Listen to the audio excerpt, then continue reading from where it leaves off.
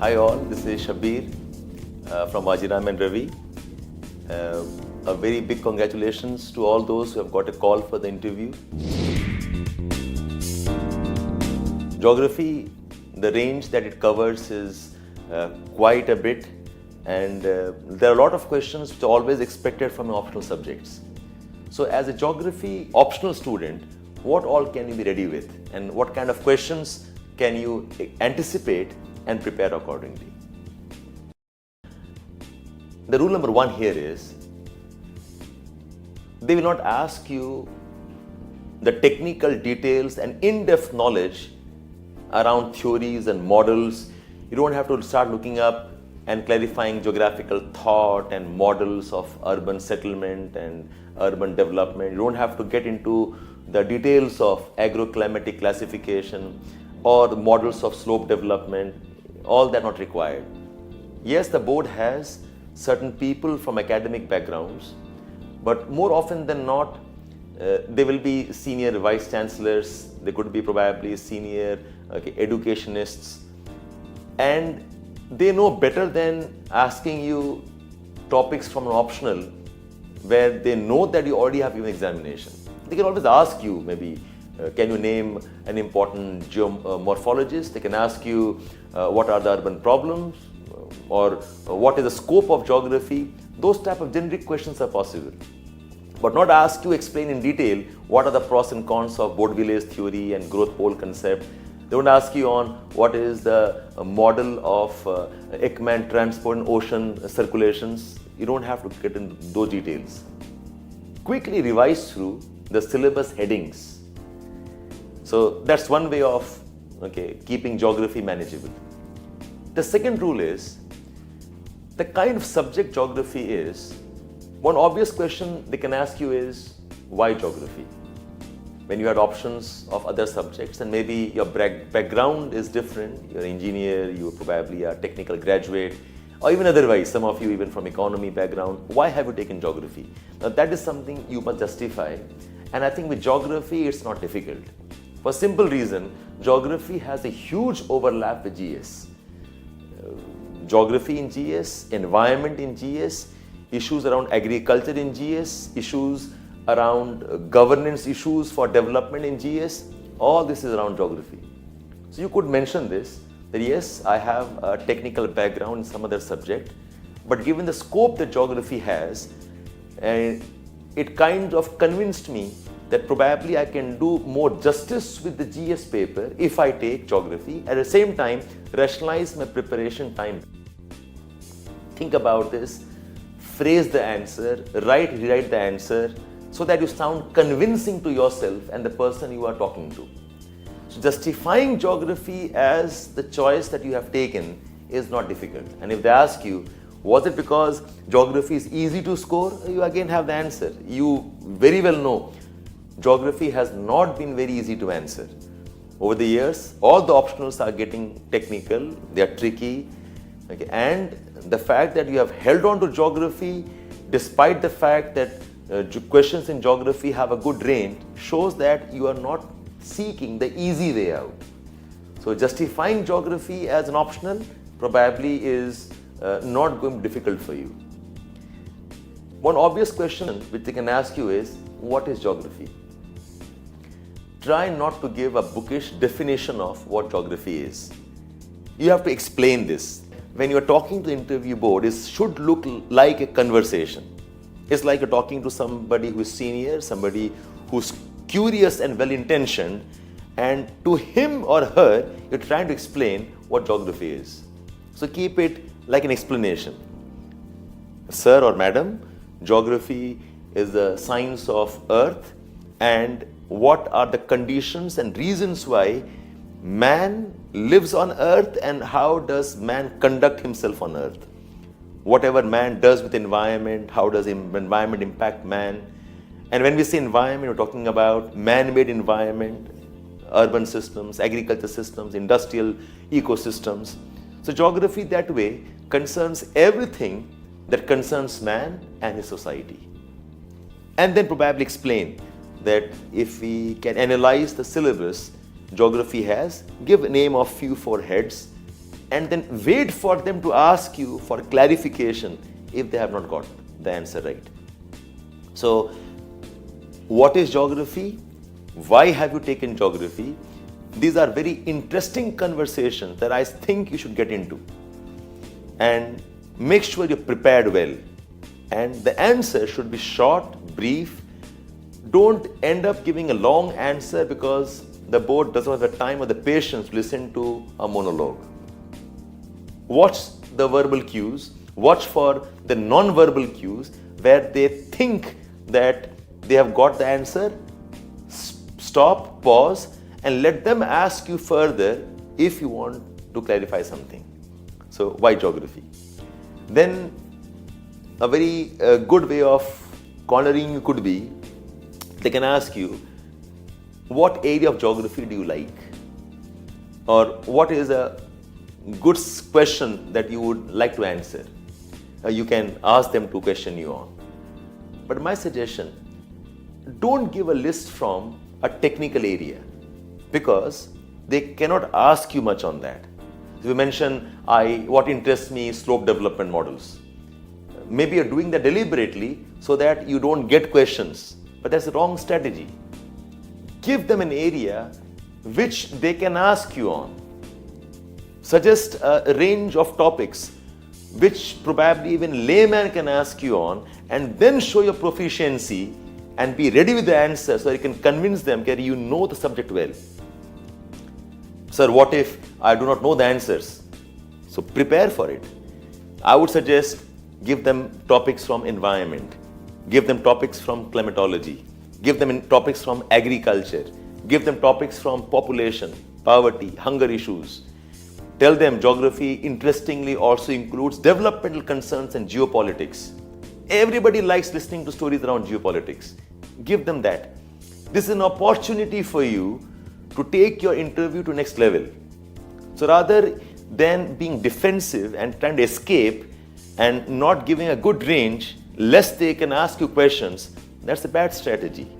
Rather than that, give them a good range, probably the best 2-3 areas. Tell them I like geopolitics and I can answer questions around conflicts. And make sure you have done a good preparation on it. List down a range of conflicts that concern you. Syrian conflict, it could be conflicts around Africa. In India itself, the border conflicts, or the South China Sea conflicts, or the Indian Ocean rim concerns. Talk about conflicts of Antarctica, conflicts around Arctic resources. Giving this range of topic itself is going to engage them more purposefully. So that's one question they can ask you. Pick up 2 or 3 areas that you think you can handle well and be ready with it. Now my guess, most of them see geography as a subject about climate, about a subject about earthquakes, a subject around tsunamis, which is in news. They see geography as a subject of geopolitics. So even if they don't give you a choice, I think you should anticipate that these can be the possible questions. You had tsunami in Indonesia, that's an open topic now. You have seen Californian forest fires, that's a topic for you. El Nino is always on, not as a geography teacher asking you, but somebody's curious, so what is El Nino? Explain that to us. Geography of the Northeast, what are the geographical factors why Northeast can't develop? Tell me something about the geography of the place you come from. So when they ask you a geography of a place from where you come, that implies, tell them about the physiography. Don't use terms of physiography, but tell them that area has this type of landscape and mountains. Quickly brief what's the type of climate, dry region, arid region, rainfall of less than this or more than this. Geography in terms of what's the economy there, agriculture economy or whatever. Geography includes demography, tell them about the people, maybe some local tribes if you know. So quickly, in 4 or 5 quick headings, capture geography of place and tell them this is what it is. You have to get ready with preparing something about the place you come from. As a geography student, prepare the geography of the place that you have been exposed to. It includes physiography, climate, vegetation, agriculture economy, the demographics, the development concerns. Your geography should become a very good base of trying to answer those kind of questions. So even if they don't give you a choice or a range of questions where you can be asked on, be ready, they can ask you this. Another question that people are asked, what's the difference between geology and geography? So you can answer that now. Geology is more around rocks and minerals and resources and the endogenetic processes, even some bit of denudation. It's about landforms. But the man angle is part of geography. Not to say that geology doesn't include the man angle, because the moment we have minerals and exploration, there's a man angle. But geography is more than that. Plus, geography also has the non-geology part. We have climatology, we have oceanography, we have human geography, population, and the rest. So that's one discussion you can be asked on. Another question they can ask you on geography is, tell us some names of important geographers. Names of foreign geographers, I'm sure you know quite a bit from geographical thought. Now you have to pick up some names from Indian geographers too. So look up your syllabus of settlement geography. You've got R.L. Singh, development geographers like R.P. Mishra.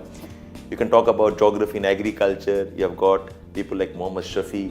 Shabbir Singh himself has been a very famous geographer.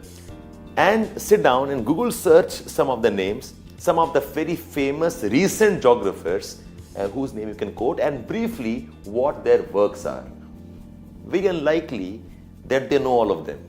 But you answering with confidence tells us that you have done geography as a planned choice, not simply mechanical choice where you mugged up the content and given your answers, lucky enough to reach this far.